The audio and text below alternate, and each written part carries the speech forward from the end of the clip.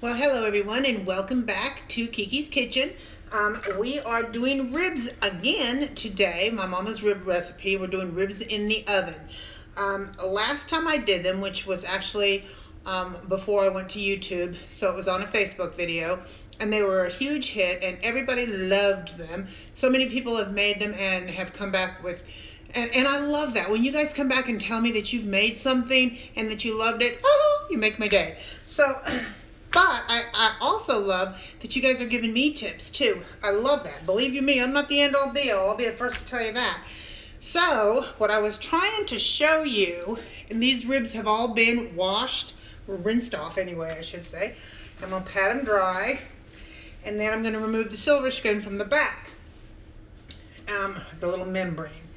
And what you guys told me was, because I was telling you, get in here with a spoon and to try to loosen that up. Actually, you can do it with a nice little sharp paring knife just to get it started. And what you all told me, because I was having such a tough time getting a hold of it, was to use a paper towel to get a grip. Get a grip, girl. So I got this paper towel, kind of run my spoon up underneath here to get it all going. And it works like a charm, so thank you so much. I know you're looking at the top of my head. That's okay. Let me get that going. So if you take that paper towel and you grip it and rip it, I'm going to come back and get that other piece on that other side. But it gives you something to hold on to, and you are so right. So thank you so much. You see that? And it really does come up much easier. And truthfully, getting rid of this silver skin, I didn't do it my whole life, but I do it now because it really gets my stuff down in there, my seasonings down in there. So ta-da! So now, see, I've already started these. So I'm going to just kind of set them up on their back ends here a little bit. Put some underneath that. And when I cut mine, I do them usually in portions of 2. And see, so you can see where the bone is. Here's the bone. So I'm going to do it in portions of 2, unless they're ridiculously big. Now these are not baby backs, which are my favorite. These were back ribs, and they were on sale somewhere, and we bought them. And so there you have it. But anything low and slow can be salvaged. So I'm cutting them into nice big pieces and stacking them up. Okay, let's do another one. Again, I'm going to kind of pat it dry.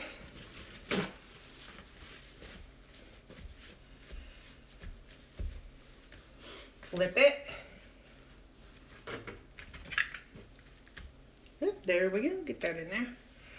Kind of get that end up, start it. You can use a spoon to get up in there, but just getting a knife to break it, just to break it a little bit, so you can get a hold of it. Paper towel, again, thank you so much. That was such a great tip. And it just allows you to grip it. And then you see that? It just pulls.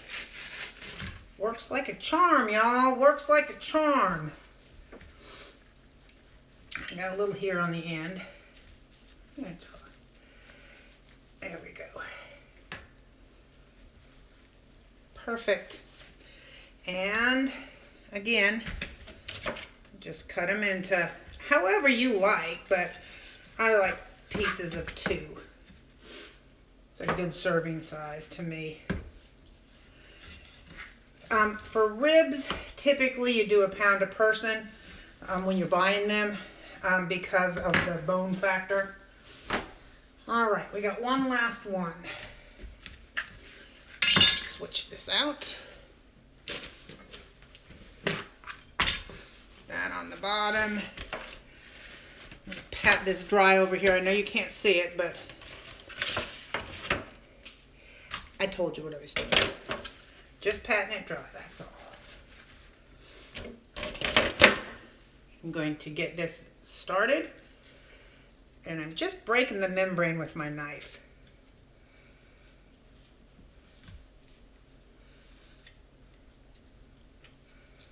Here we go. Paper towel.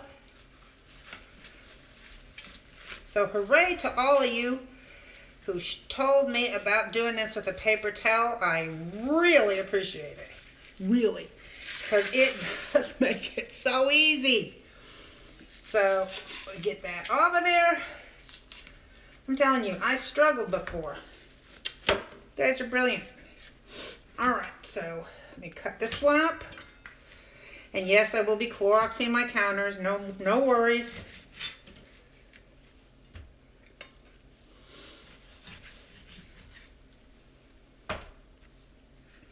I am very conscious of cross-contamination in my kitchen. So that is something that you need to be aware of and not worry about in my kitchen. All right, so here we go. I think I can get that all in there. All right, hold on a second. I gotta wash my hands before I touch that. For sure. Just bear with me 1 second. I'm coming. I'm coming.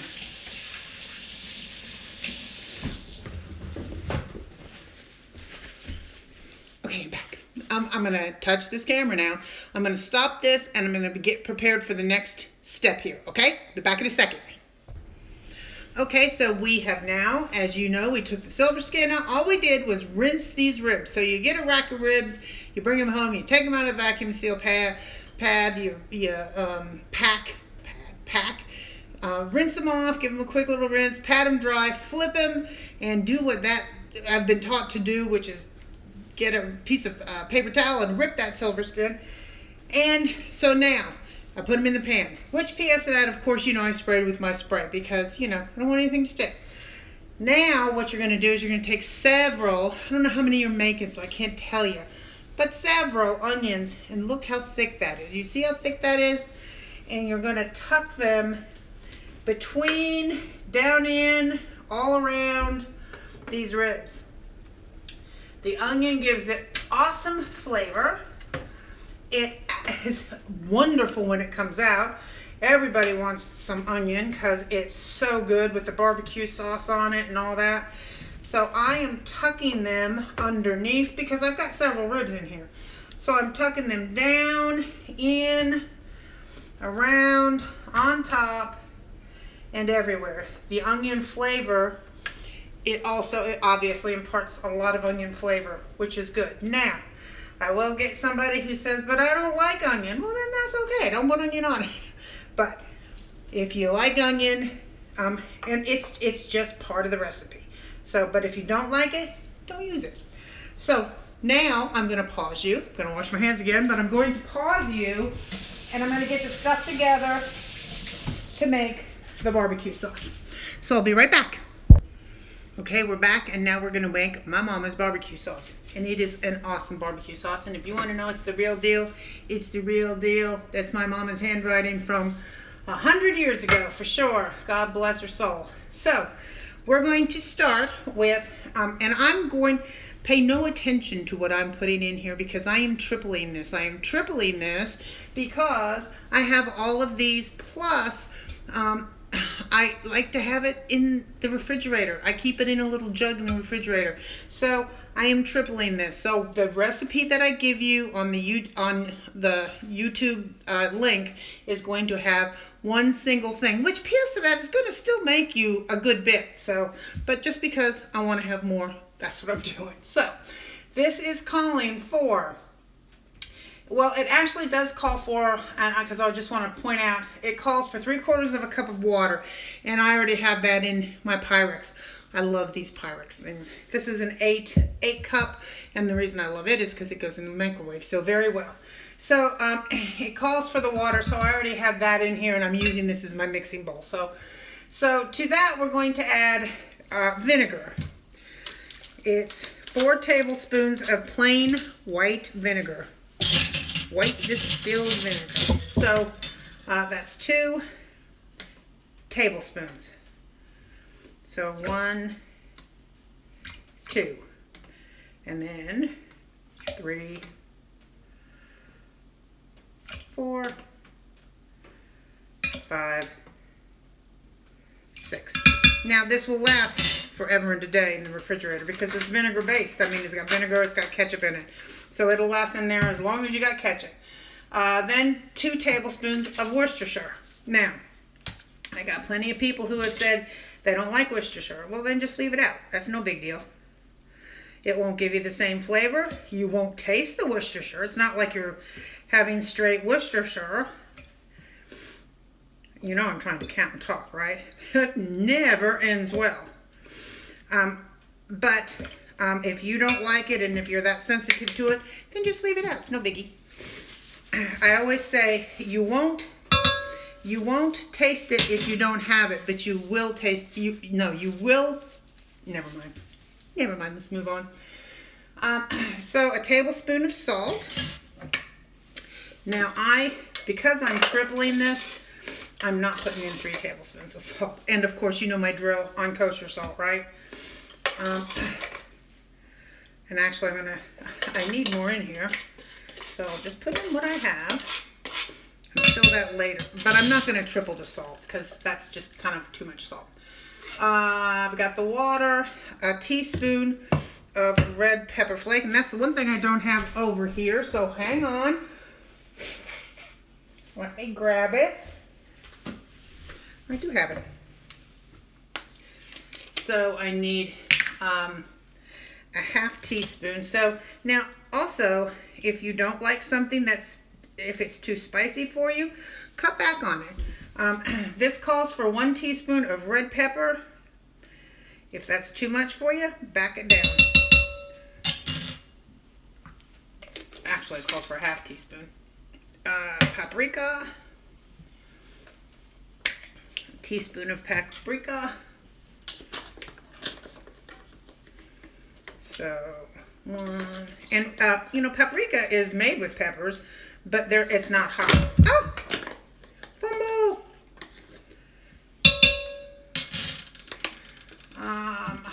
Black pepper. It says a half teaspoon, so that is a teaspoon and a half. And 1 teaspoon of chili powder. Same thing with chili powder. It looks like it would be hot, but it's not. It's just flavor. And it's telling me 1 teaspoon of chili powder. So there's 1, 2, 3, give or take. And then 3/4 of a cup of ketchup, which is in here. So is that liquid or is it solid?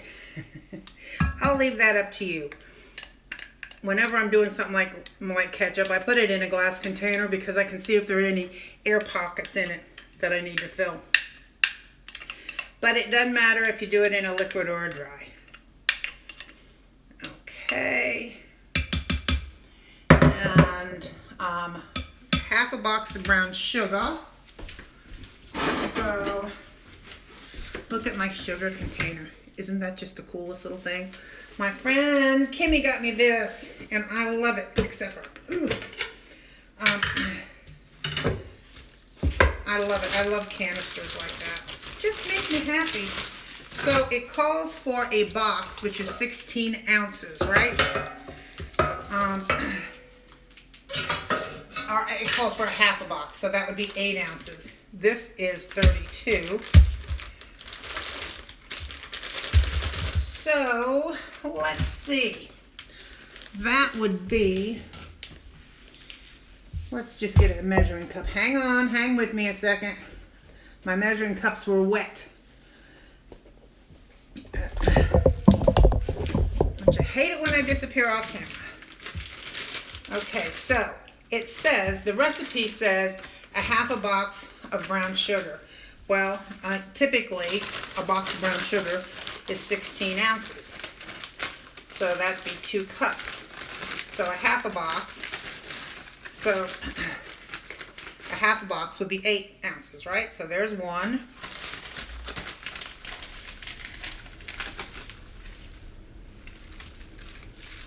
Can't hurt.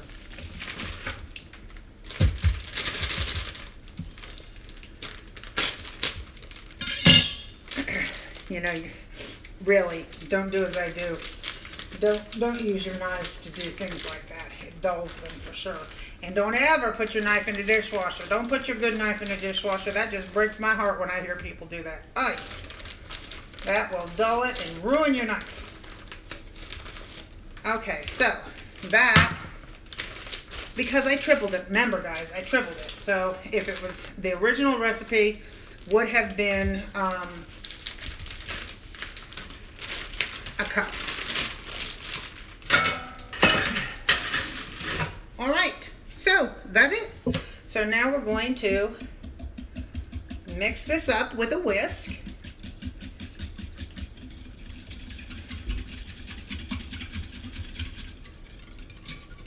And I'm going to taste it, and then I am going to add liquid smoke to it. Now, liquid smoke, a little bit of liquid smoke goes a long way. Not that you should be terrified of it, because you shouldn't. But all that means is you need to add it slowly, because you can't take it out, but you can always add more, right? So I am going to get this nice and mixed up here. And then I am going to start with about a teaspoon. Now, this is completely to taste. This is completely optional, and I did shake it up, by the way. So that is a teaspoon. Liquid smoke, either you like it or you don't. I don't like it too smoky. I don't, but I definitely like smoke in it for sure.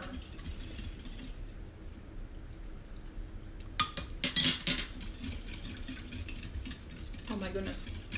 That is just so good. I'm going to put a little bit more smoke in it.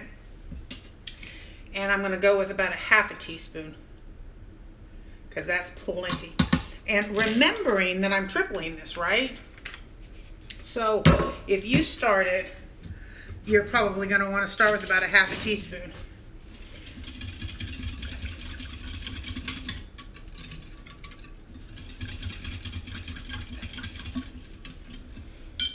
I did get a fresh spoon.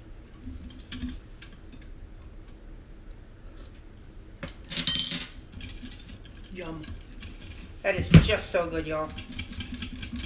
So now what I'm going to do, this is good and mixed up.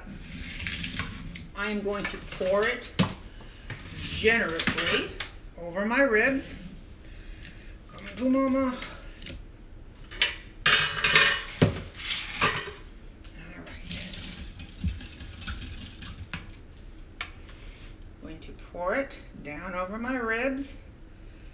Making sure every one of them and all my onions get a nice coating of it. Can you see that? Yes, you can. If I can see it, you can see it.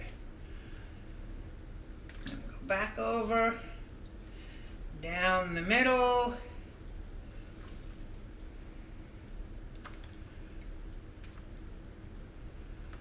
And there you have it.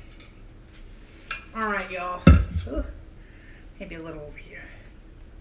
So now what I'm going to do is I'm going to get a big giant piece of foil.